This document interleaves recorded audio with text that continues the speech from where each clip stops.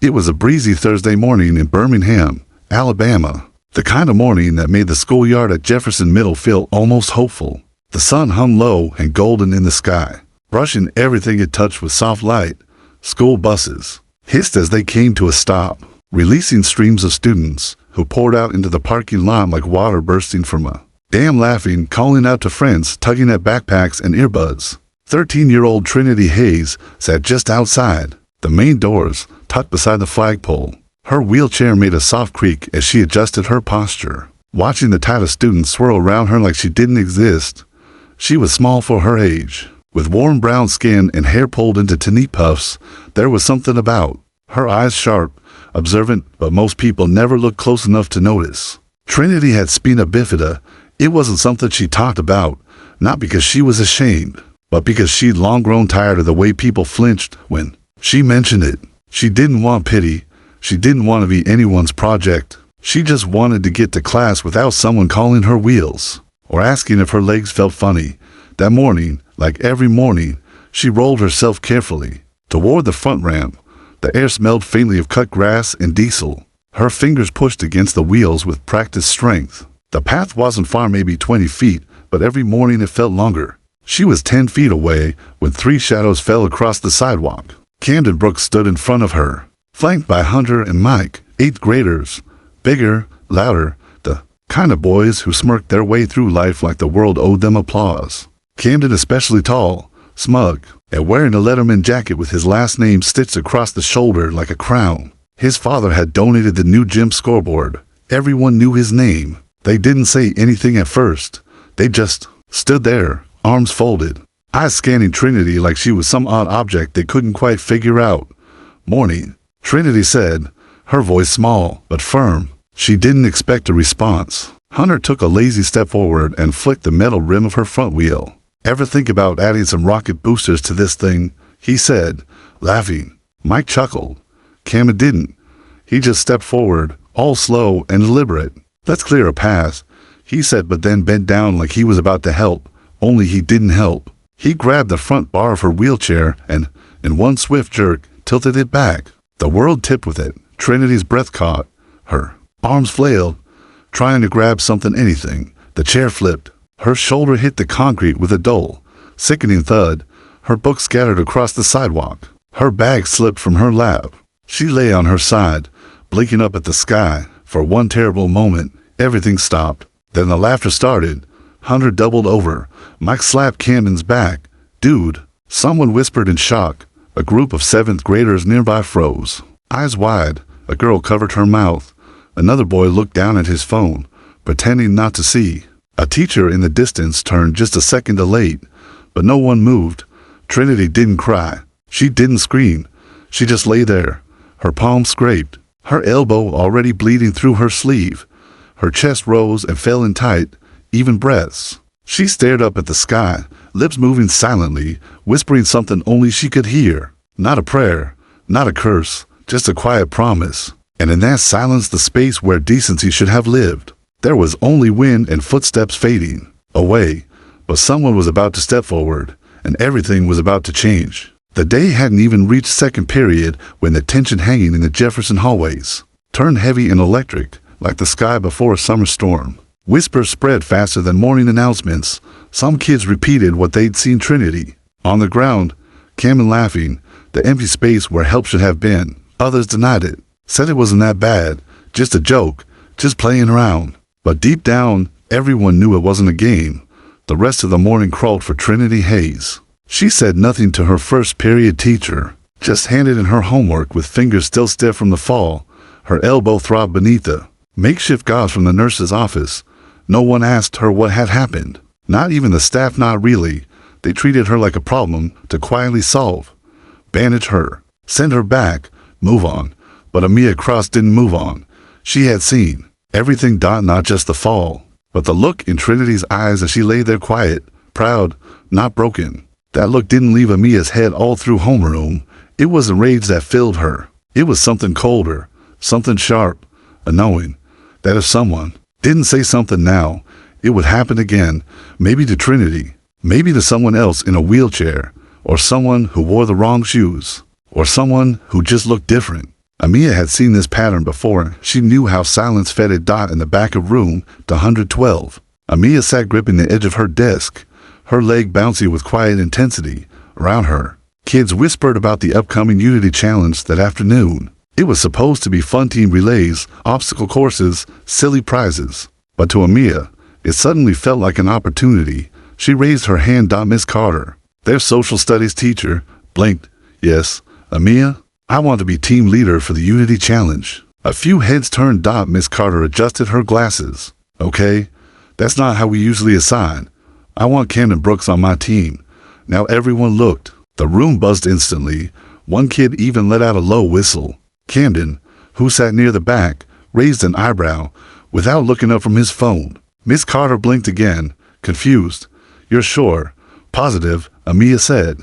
Her voice like flint against stone. It wasn't a request. It was the beginning of something. By lunch, word had gotten out. Camden, Hunter, and Mike were on Amiia's Unity Challenge team. No one could understand why she'd asked for them, least of all Camden himself. What's her angle? Mike whispered as they stood by the vending machines. Doesn't matter, Camden muttered. It's just some dumb team games. But when they got to the field later that day, when cones were set, flags flapped in the breeze, and parents filled the bleachers, something about Amiia's presence told him it wouldn't be dumb at all. She wore her red team shirt with calm command, clipboard in hand, eyes scanning the layout like a general surveying a battlefield. Camden, cocky as ever, smirked when he saw her walking toward him. You plan to boss us around, or what? Amiia didn't smile. Today's challenge is about cooperation, but we're going to make it interesting. Camden crossed his arms. I'm listening. Final event, she said, tapping her clipboard. Obstacle relay. Last leg is a two-person push. One teammate rides, the other pushes. Fastest time wins the leadership lunch with principal gains. Next week, losers, cafeteria cleanup. Oh, next week, Camden laughed. What is this? A punishment? Amiia's expression didn't change. You're pushing her. Pushing who? She nodded to the far side of the field. Trinity rolled herself to the final station. Bruised but composed, her hands steady on her wheels. She wore a navy blue shirt and a soft, unreadable expression. Camden's face changed. No, he said flatly. No way. She can't. She's the final runner. Amiia cut him off. Rules say one person must push, the other must hold the baton. Let's go. Hunter and Mike looked between them, suddenly uncomfortable. Students were watching. Teachers too. Even Coach Ramirez stood with arms folded, listening in. Camden looked around. His usual grin was gone. Coach Ramirez blew the whistle. The first heat began. Camden's team moved fast. Mike handled the sprint. Hunter took the rope climb. Amiia nailed the balance beam. Then Camden hit the final stretch where Trinity waited with the baton in her lap. He hesitated, then jogged up and grabbed the handles. Don't mess this up, he muttered. Trinity didn't flinch. Then don't push like a fool. The crowd leaned forward. The course wasn't flat. There were cones, gravel patches, uneven turf. Camden stumbled at first, pushing too fast, to jerky left. Trinity shouted once, slow, you're tipping. He listened. Somewhere along the stretch, something shifted. He wasn't thinking about winning anymore. He was thinking about keeping her upright.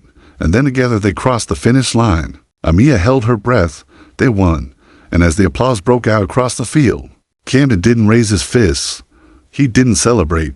He stood behind Trinity, hands still on the handles, breathing hard and not saying a word. For the first time all day, the smirk was gone, and for the first time in his life, he looked unsure of who he was because a girl he thought was beneath him just helped him rise. And the world saw it. The sun was beginning to lower in the sky, casting long golden streaks across the Jefferson Middle School field. But the buzz in the air was just getting louder. Students crowded around the edge of the track, still reeling from what they had witnessed. Trinity and Camden on the same team, crossing the finish line, together. No one could wrap their heads around it. The girl, who had been tipped out of her wheelchair in the morning, had just been the anchor in a winning relay, and the boy who had done it was the one who pushed her to victory. Amiia Cross stood a few paces away, her red team shirt clinging to her back from sweat, but her eyes were laser sharp. She didn't bask in the applause. She didn't cheer. She simply watched Camden step back from Trinity's chair like he had just touched something holy. something he didn't understand. Trinity sat there, wheels still, chest rising and falling. She didn't smile, didn't even look at Camden. She lifted the baton from her lap and raised it slowly in the air, a quiet gesture. But somehow, it was the loudest moment of the day. Then, without warning, a single clap echoed from the crowd, then another, not the forced, polite kind. This was different, real, respectful. It swept across the students like a wave. Camden looked around as if he didn't recognize the place. Hunter and Mike stood off to the side, awkward now, nervous. For the first time in their lives, they weren't laughing. They weren't in control. Amiia walked up and crouched beside Trinity. "You good?" Trinity gave a small nod. "Yeah." And that was enough. That night, the school hallways echoed with whispers. Video clips had already been posted online.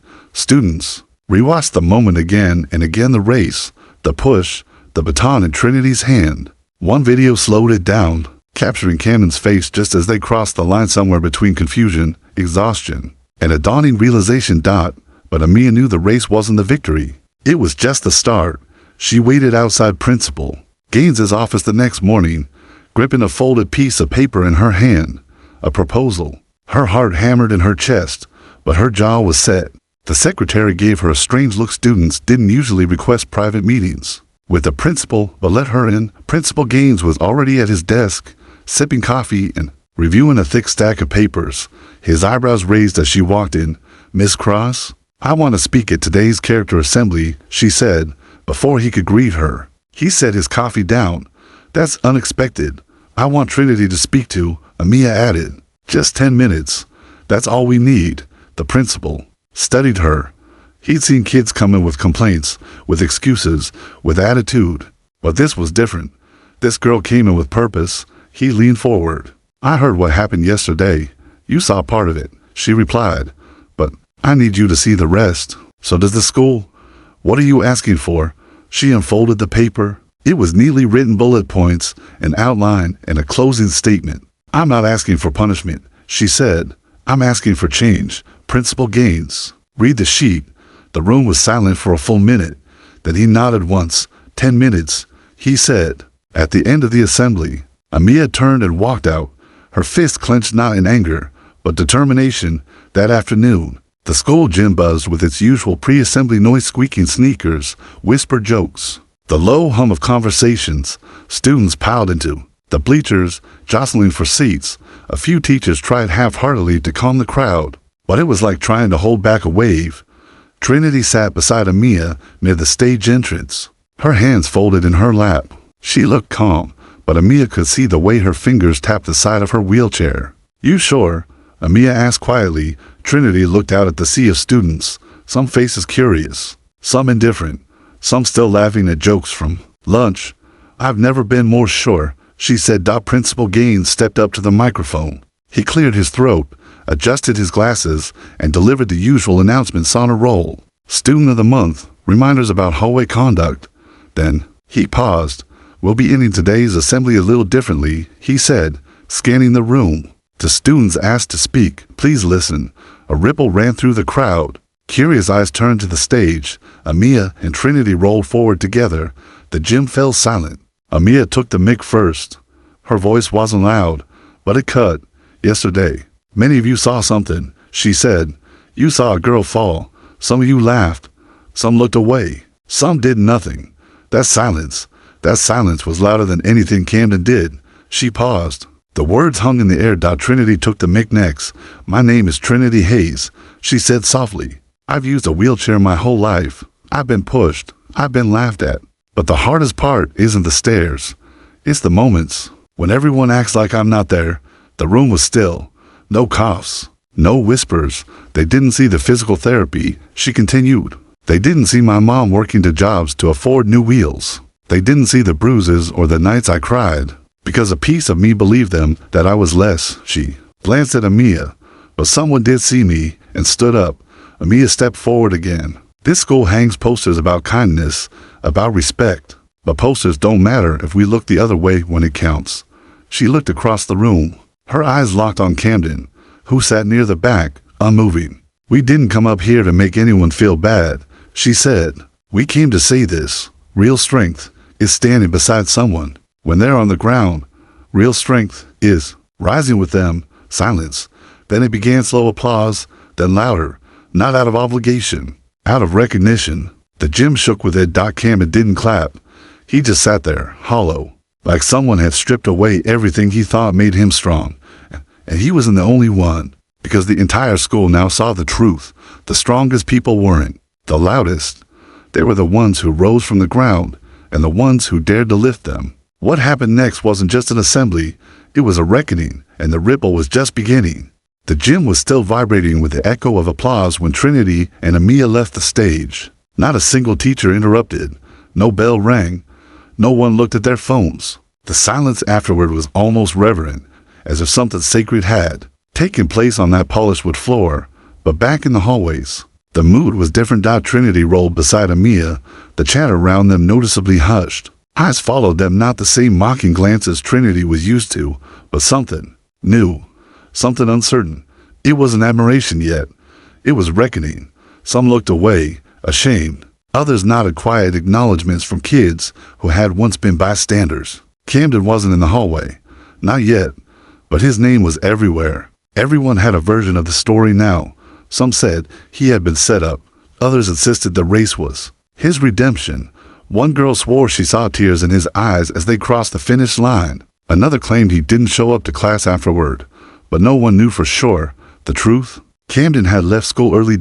His mother had signed him out, claiming a family appointment. But the truth sat heavy on his shoulders. He didn't speak a word on the car ride home. He sat in his room, scrolling through his phone, replaying the footage over and over, watching himself push the chair, watching Trinity hold that baton in the air like a torch. He saw the look in her eyes. It wasn't victory, it was defiance, and something inside him cracked. He closed the app and stared at the ceiling.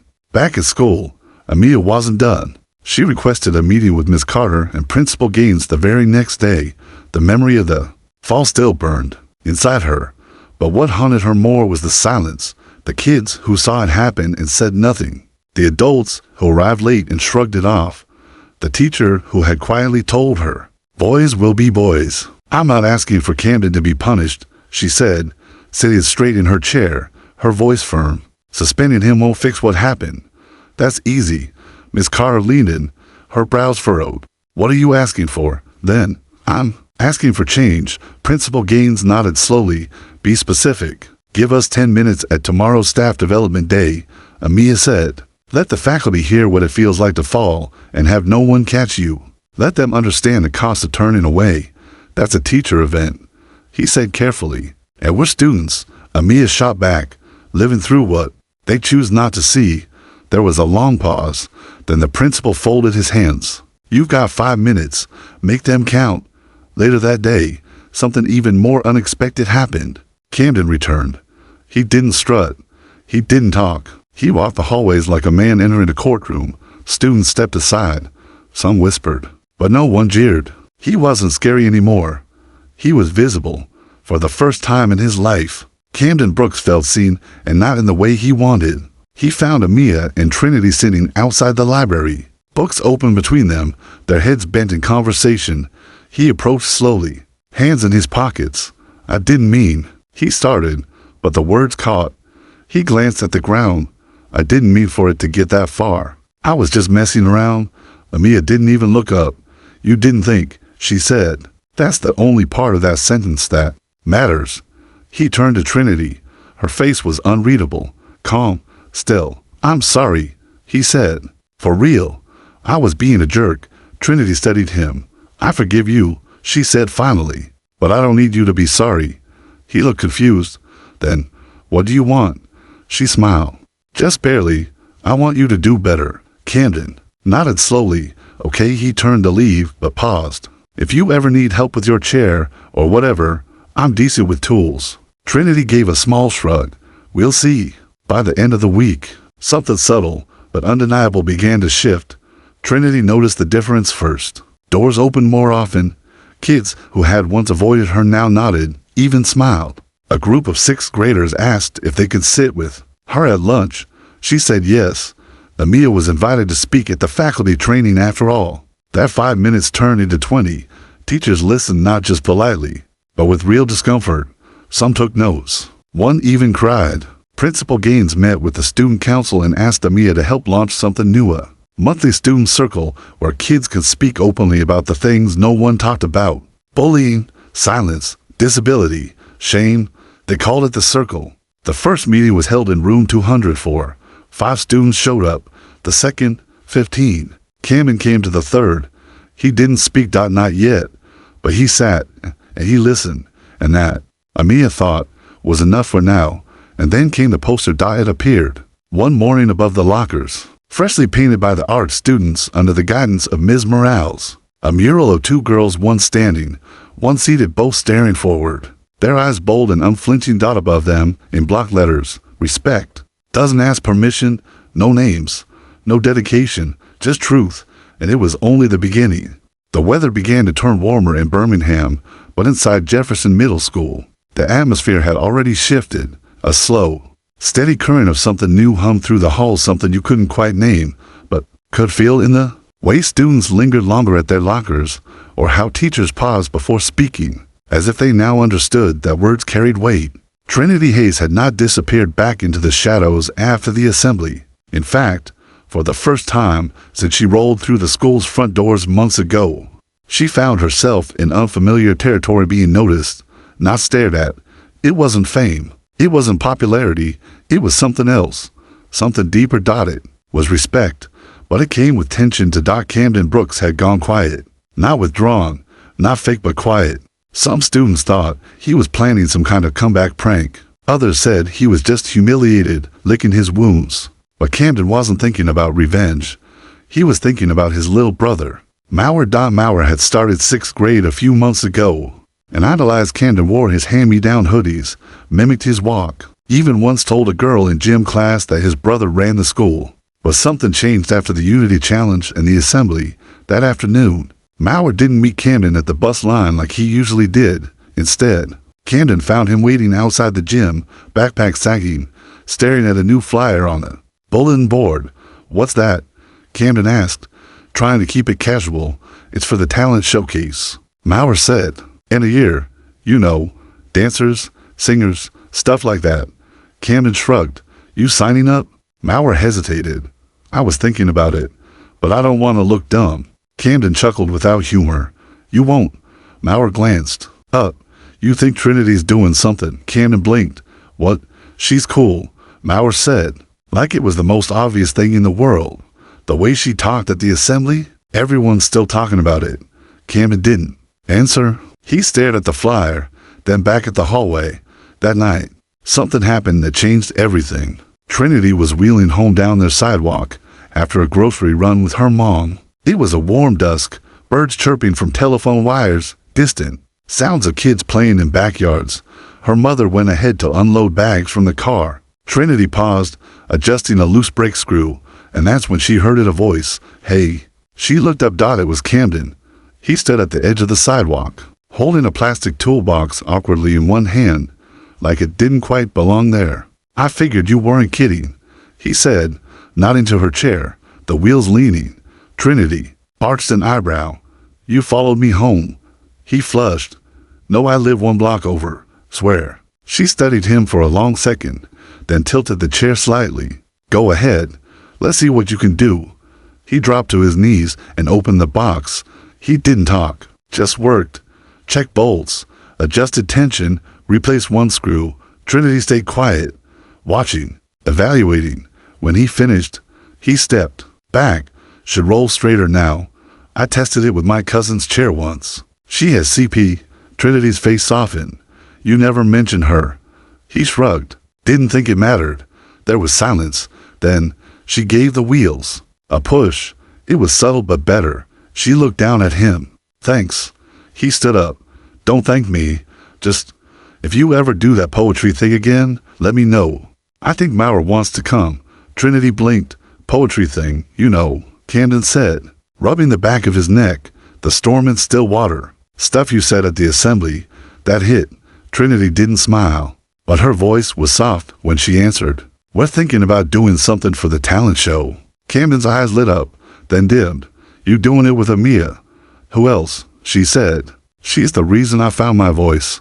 The next day at school, the idea took form. Under the shade of the magnolia tree near the track field, Amiia pulled out her notebook and passed it to Trinity. I've been thinking, she said. What if we do a piece together? Spoken word.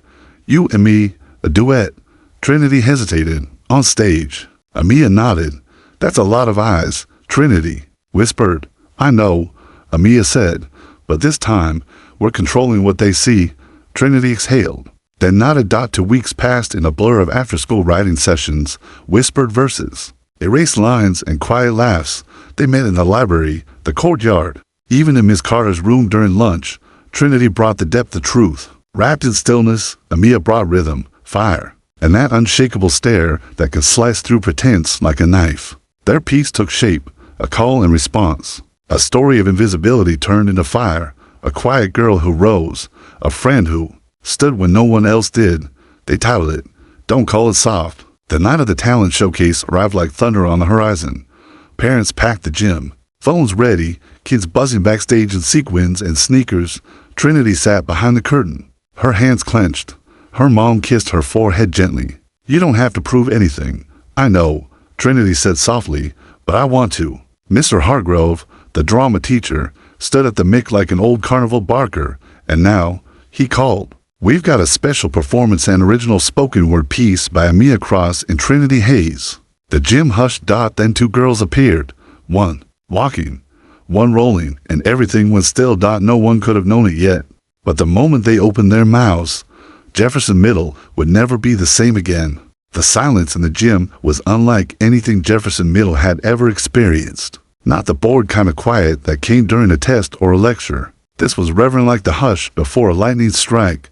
Two girls had just entered the stage, one walking with a steady rhythm in her step, one rolling, each movement deliberate and controlled. Together, they crossed the gym floor like soldiers returning from a war only they knew how to win. Amiia Cross stood tall in her red sneakers and black jeans, her curly hair pulled into a tight bun. Her face was unreadable, but her eyes burned with fire.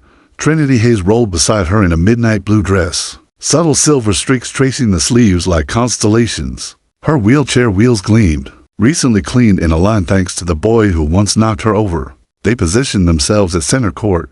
The crowd held its breath. Amiia stepped forward first, eyes sweeping the gym. Then, in a voice that didn't shout, but somehow still cut like thunder, she began. They told me quiet girls don't start revolutions. They told me stillness is weakness.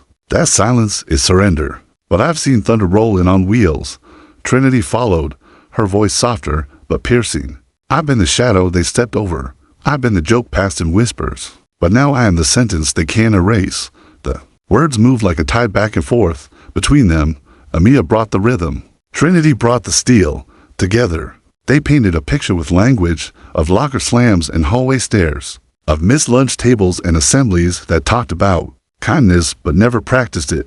They didn't mention Camden's name. They didn't have to. Everyone remembered. They didn't speak in anger. They spoke with power. As they reached the crescendo, Amiia stepped forward. This is for the girl who fell and didn't cry. Trinity's voice rose with her. This is for the day no one stood up. So we did, and then, together, don't call it soft, don't call it small, call it what it is, call it strength. The last line echoed off the walls like a bell struck in the dark. There was no immediate applause, no screams, just silence, the kind that demanded breath, the kind that made people stare at themselves, not just the stage. Then slowly it began. One clap, then another, then a roar. The entire gym stood, teachers, students, parents, even Principal Gaines, who wiped the corner of his eye with his sleeve. Trinity's mother sat near the back, her hands over her heart, eyes wide with something too big for words. Camden, seated beside his little brother in the fourth row, didn't clap right away. He just watched.